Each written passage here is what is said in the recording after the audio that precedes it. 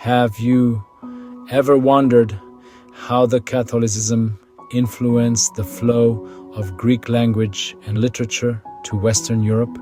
The papacy, thwarted in its efforts to control the Greek version of the Bible, adopted measures to keep Europe under its sway.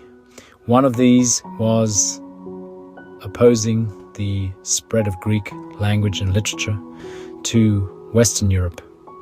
The treasures of the classical past were held back in the Eastern Roman Empire, with its capital in Constantinople. For nearly 1,000 years, the western part of Europe was a stranger to the Greek tongue. As a result, all the valuable Greek records, history, archaeology, literature, and science remained untranslated and unavailable. Dr. Hort aptly states, the West became exclusively Latin, as well as estranged from the East. This estrangement ushered in the Dark Ages, a period of cultural and economic decline. Thus, the papacy's measures kept Western Europe in the dark, away from the treasures of the classical past. A shift occurred in the half-century preceding 1453 AD, when Greek refugees fled to the West.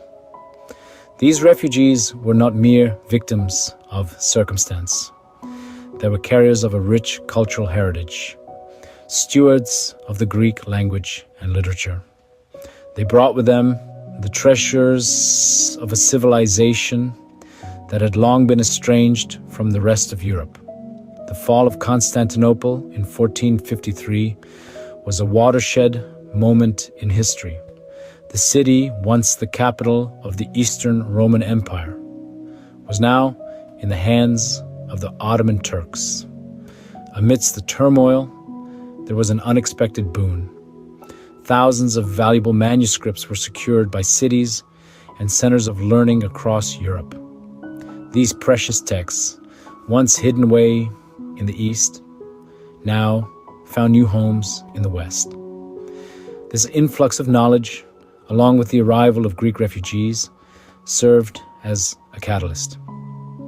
The arrival of Greek refugees and the fall of Constantinople served as a wake-up call to Europe, sparking a revival of learning. In the wake of these events, Europe awoke as if from a deep slumber, leading to significant developments. Picture a world where Christopher Columbus, driven by curiosity and ambition, discovers a new world, America, a place untouched by European influence.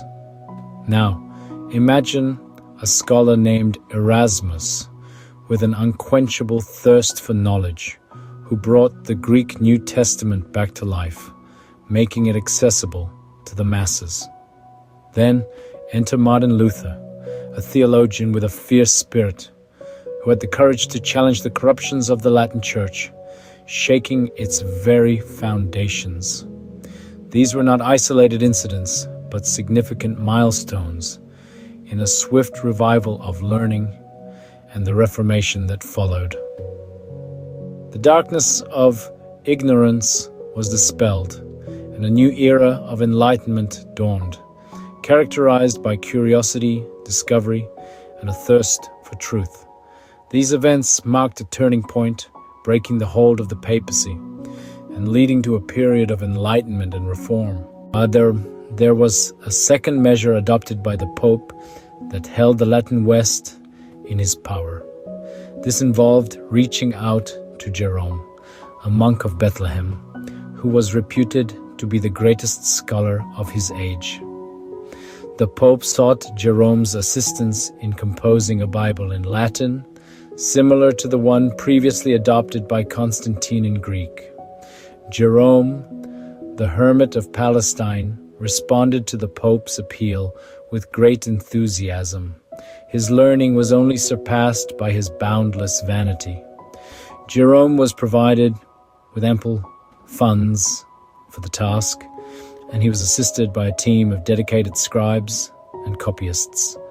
This Latin Bible, crafted by Jerome, became the cornerstone of Western religious thought, It served as a powerful tool in the hands of the Pope, allowing the papacy to control the narrative of Christianity in a language native to the West.